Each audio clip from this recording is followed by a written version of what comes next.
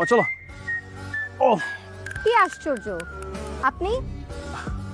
আমার পরিচয় তো আপনাকে কালকে দিলাম, আর যদিও আপনার পরিচয় আমার জানা হয়নি। এই রিক্সা আমি দেখেছি, আপনি নামেন। আচ্ছা, আপনার ফ্যামিলিতে কি কেউ মন্ত্রী মিনিস্টার আছে, মানে অথবা কোনো নেতা বা গুন্ডা টাইপের কেউ? কি সব ফালতু কথা বলছেন? হ্যাঁ, না মানে কাল থেকে আপনি যেভাবে রেগে ছাড়িয়ে দিয়ে কথা বলছেন, কাউকে তো কথা বলার সুযোগই দিচ্ছেন না। মানে ফ্যামিলিতে কেউ এরকম হোমরা চোমরা না থেকে এত তাফালিং করার কথা না। অবশ্য আপনাকে রেগে গেলে সুইট লাগে। খবরদার, মুখ সামলে কথা বলবেন। এই রিক্সা আমার, আমি যাবো, আপনি নামেন। ও আচ্ছা, রিক্সা আপনার? আপনাদের রিক্সার বিজনেস? বাহ, ভালো তো।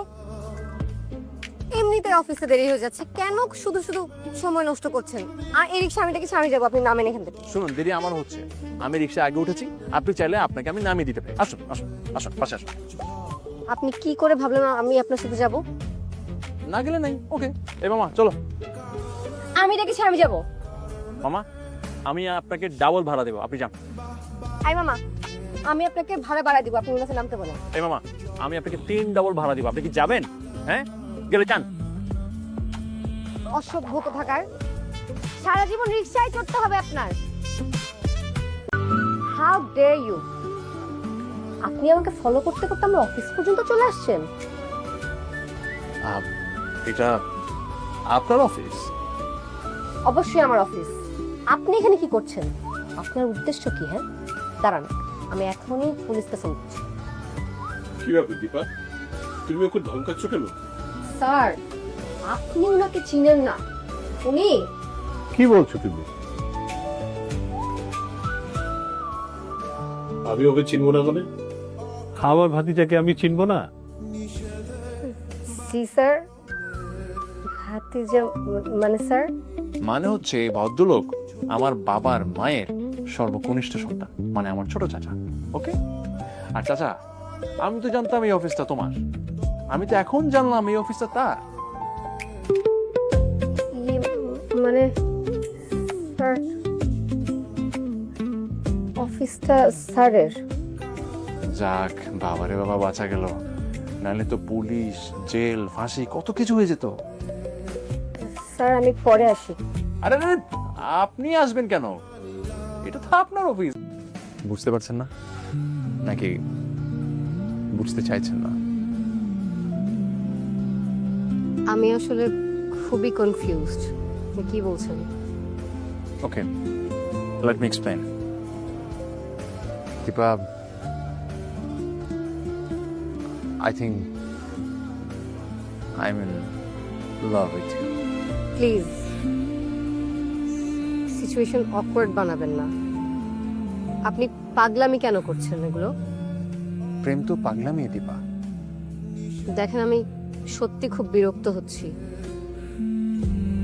এখানে এসব বলে লাভ নেই। মানুষ লাভ ক্ষতির হিসেব না করেও অনেক কিছু করে। কেন করে জানেন? মায়া নাই।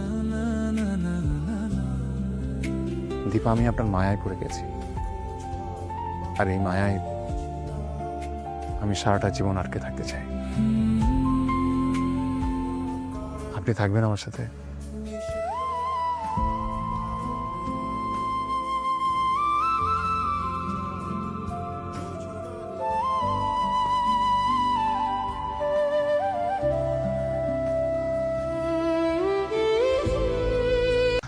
আসসালামু আলাইকুম আন্টি। ওয়ালাইকুম সালাম। আপনি এক্সারসাইজ করেন সকালে? আরে মাঝে মাঝে পড়তে হয়, মেয়ের চাপে পড়ে।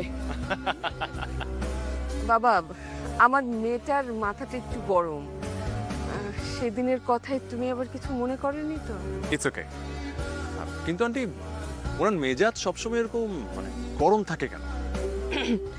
ইয়ে মানে সরি আন্টি, আমার হয়তো এইভাবে জিজ্ঞেস করে ফেলাটা উচিত হয়নি, সরি।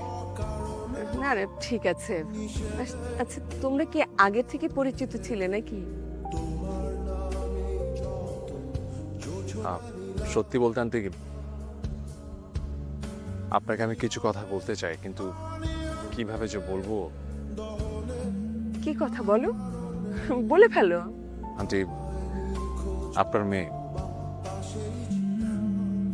দীপাকে আমার খুব খুব ভালো লাগে। আপনার যদি কোনো আপত্তি না থাকে তাহলে আমার ফ্যামিলি থেকে দীপার জন্য একটা প্রস্তাব পাঠাতে চাই। আসলে আমার আপত্তির থেকে দীপার মতামতটাই বেশি জরুরি। ও কি চায় সেটাই বেশি জরুরি। একটা কাজ করো না, তুমি ওকে সরাসরি বলে ফেলো। তুমি তুমি হয়তো জানো না, দীপা দীপা দীপা আসলে আমার মেয়ে না। মানে? দীপা আমার ছেলের বউ, পুত্রবধূ। ভালোবেসে ওরা একজন আরেকজনকে বিয়ে করেছে। খুব সুখের সংসার ছিল ওদের, হাসি খুশি দিন কাটছিল ওদের।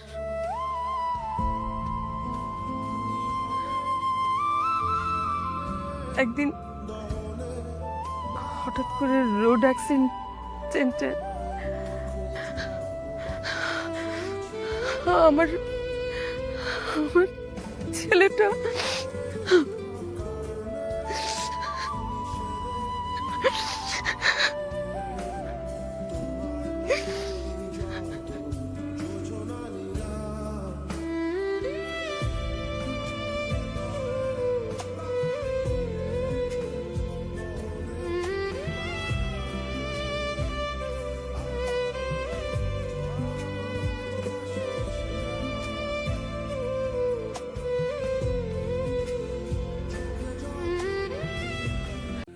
অন্য সব শাশুড়ির মতো আমার আর তোমার সম্পর্ক না, সেটা তুমি ভালো করেই জানো। এই সংসারে আমি যেমন সায়নের মা ছিলাম, আমি তো তোমার মায়ও হচ্ছিলাম। আর মা, তোমার বয়স অল্প, কেবলমাত্র একজনের স্মৃতি নিয়ে সারাটা জীবন কাটিয়ে দেয়া যায় না। আর যদিও যায়, সেই জীবনটা হয় ভয়ঙ্কর। তোমার এই সুখী, এই শুকনো চেহারাটা আমার আর সহ্য হয় না মা। তুমি তোমার এই জীবনটা এইভাবে নষ্ট করে দিও না মা। তুমি আবার নতুন করে শুরু করো। তুমি তুমি একটা বিয়ে করো মা।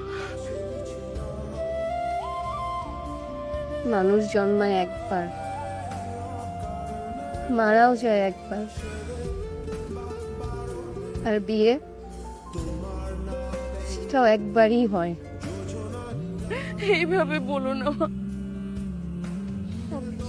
তাহলে প্লিজ আপনি আমাকে তাড়িয়ে দিবেন না, প্লিজ। আপনি বাকি জীবনটা আপনার পাশে থাকার অনুমতি দিন, প্লিজ। কিন্তু কোনো কিন্তু না মা। আমি যাকে ভালোবেসে বিয়ে করেছি সে জন্মেছে আপনার গর্ভে।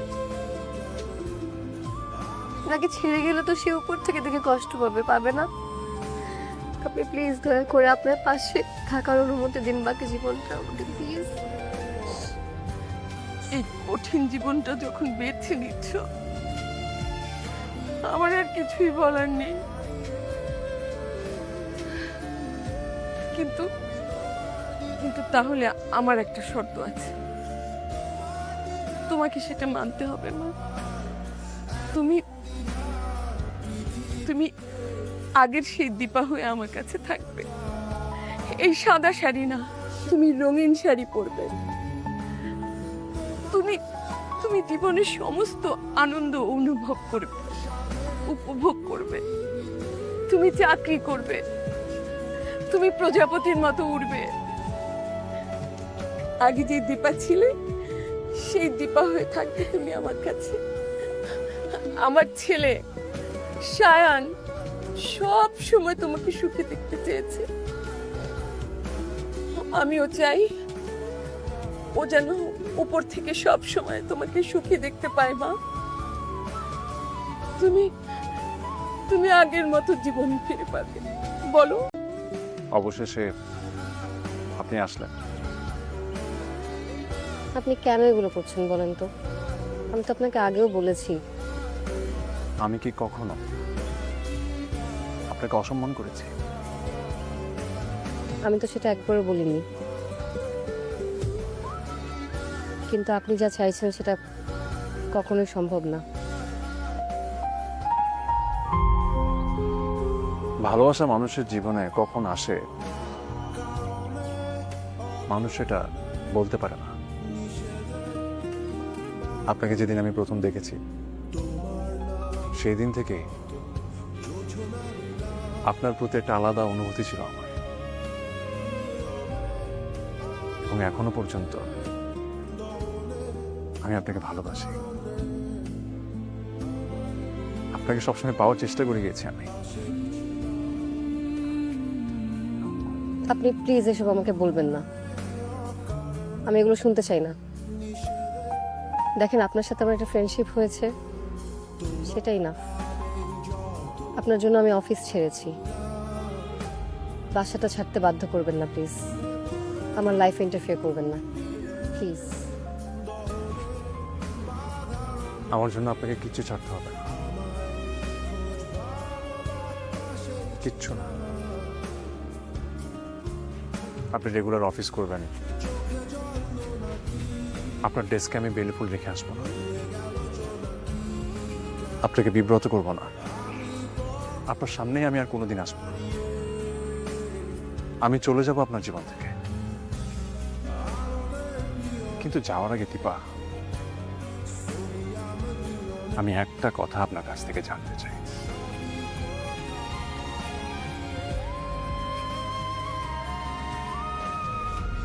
এই জীবনে আমাকে কি কখনো একটা বারের জন্য আপনি ভালোবাসেননি? আমার জন্য কি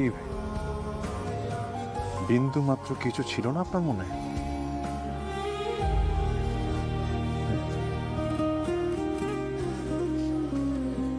সবকিছুর উত্তর দিতে হয় না,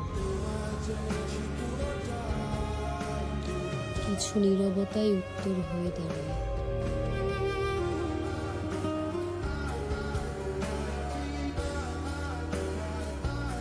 আমি আমার উত্তর পেয়ে গেছি দীপা।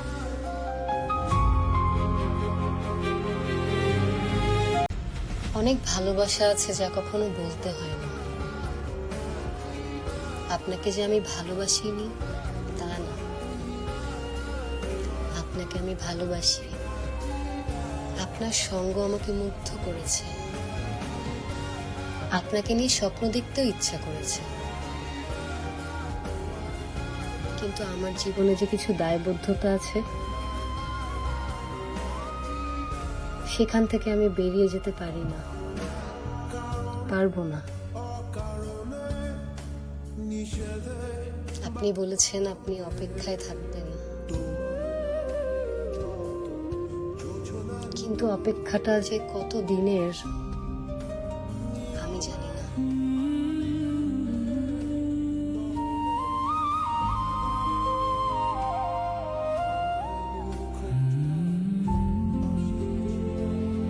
কিছু অপেক্ষা হয়তো আজীবনের।